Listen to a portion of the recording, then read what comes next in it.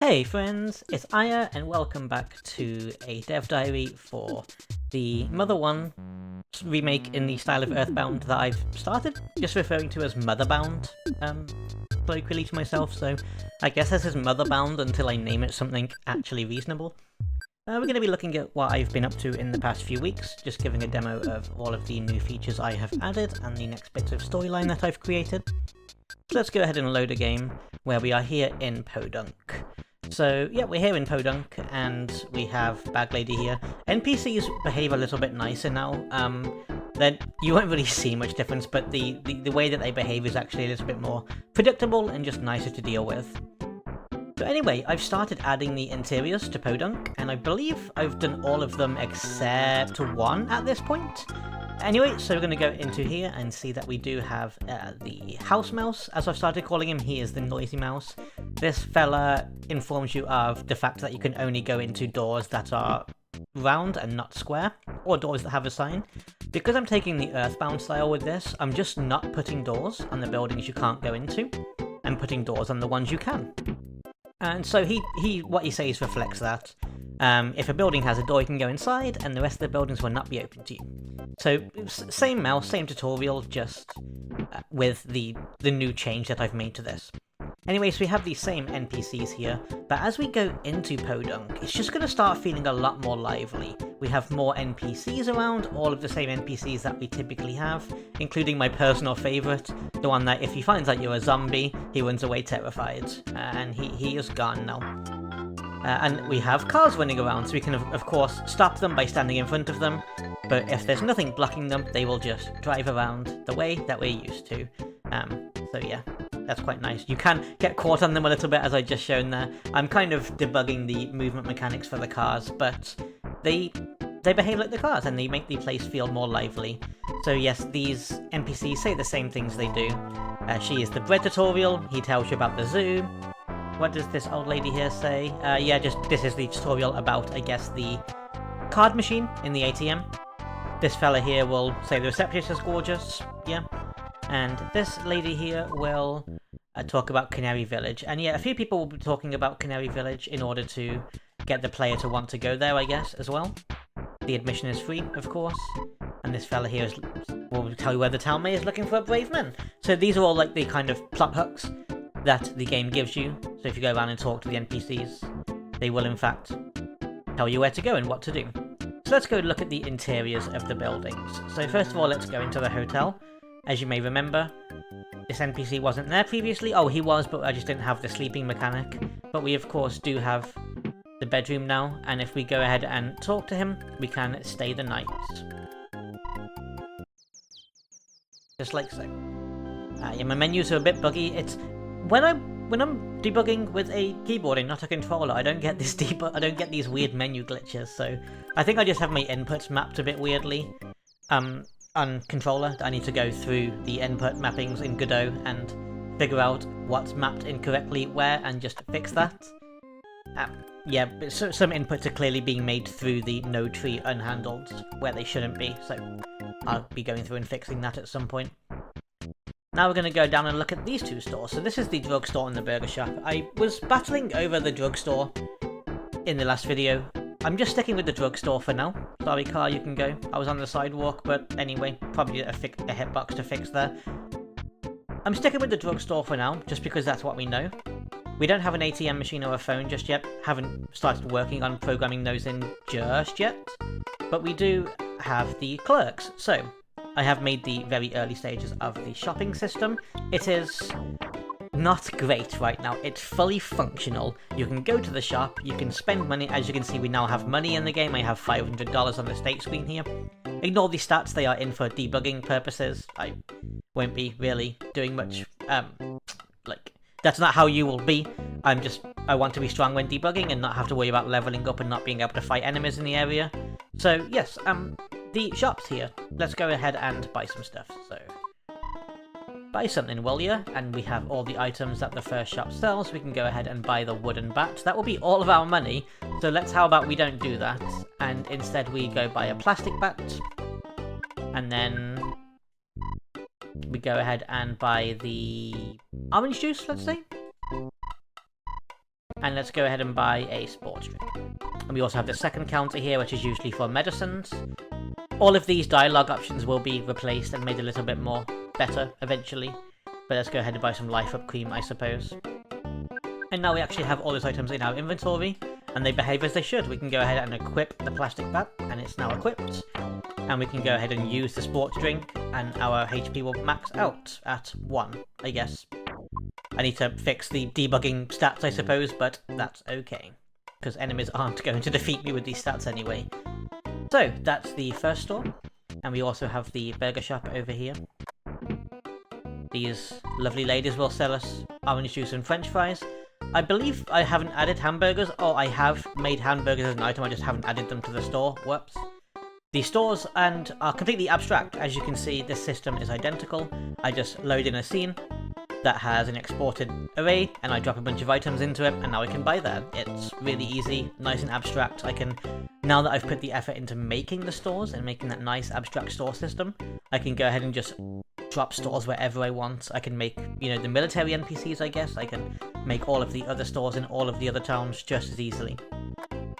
So there's our 2 stores. Now we're going to go ahead and visit the mayor's office.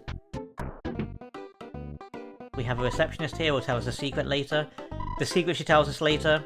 do I spoil that now? I'm not going to spoil that now. If you know, you know. If you don't, you don't.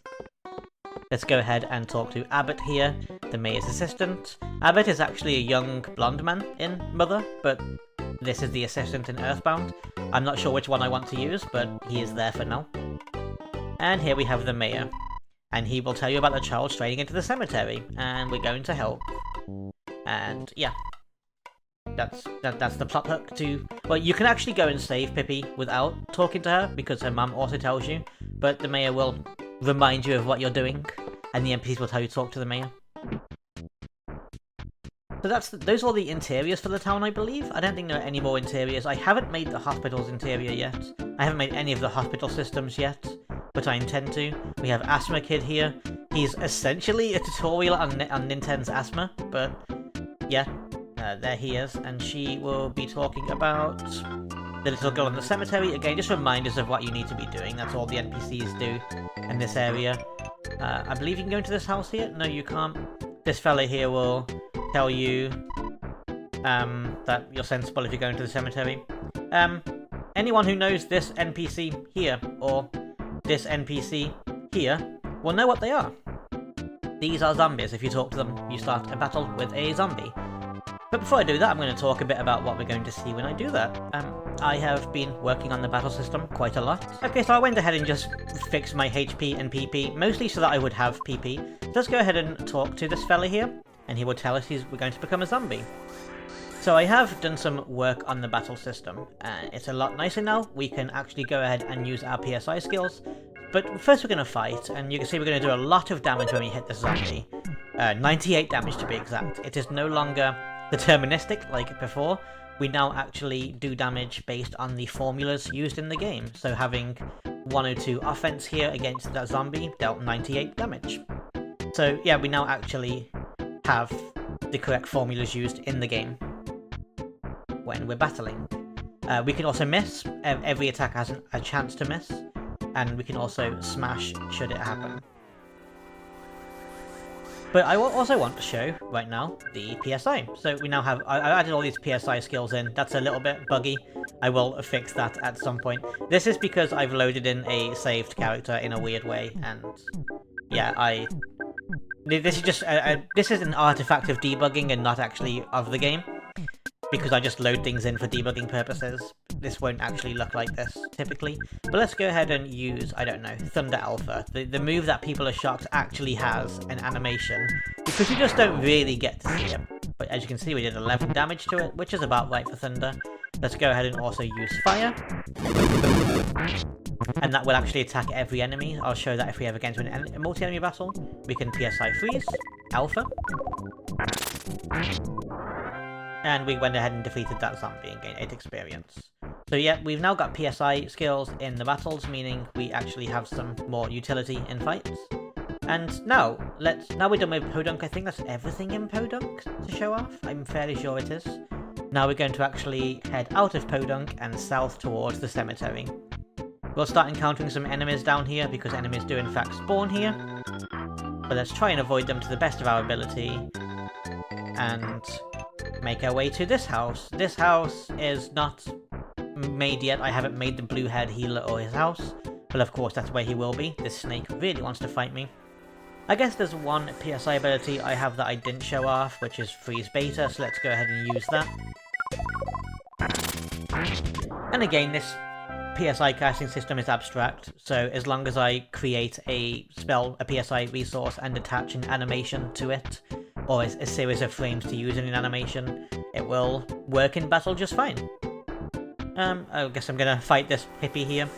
But fortunately, because I'm quite strong and I've just got debug mode on, I can go ahead and beat him. So as we go across this bridge here, south of Podunk, there's a couple of graphical glitches I need to fix. Crow, leave me alone, please. Can I despawn him?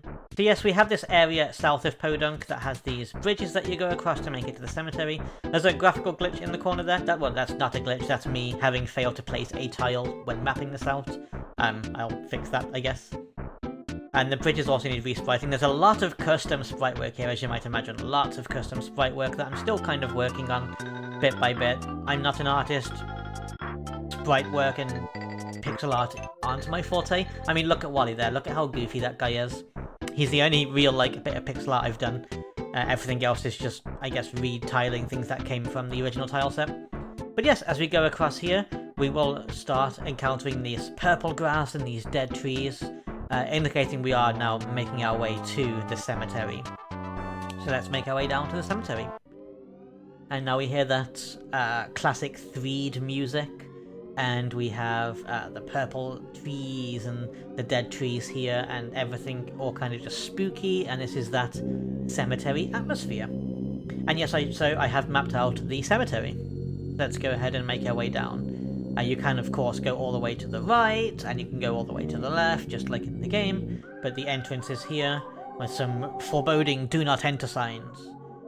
This building is supposed to be a church. It's not a church right now. I will make it a church at some point. That, again, will require some sprite work, because Earthbound doesn't have a church in it. Just not a single church, which I guess makes sense, given that they started moving away from a lot of the religious iconography in Earthbound.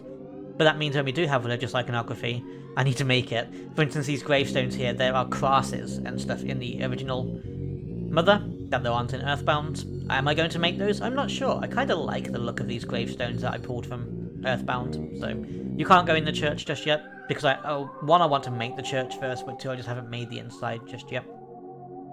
We go across here. We, of course, can't get past. We are blocked off. And there are some zombies around, so let's go ahead and fight this zombie here.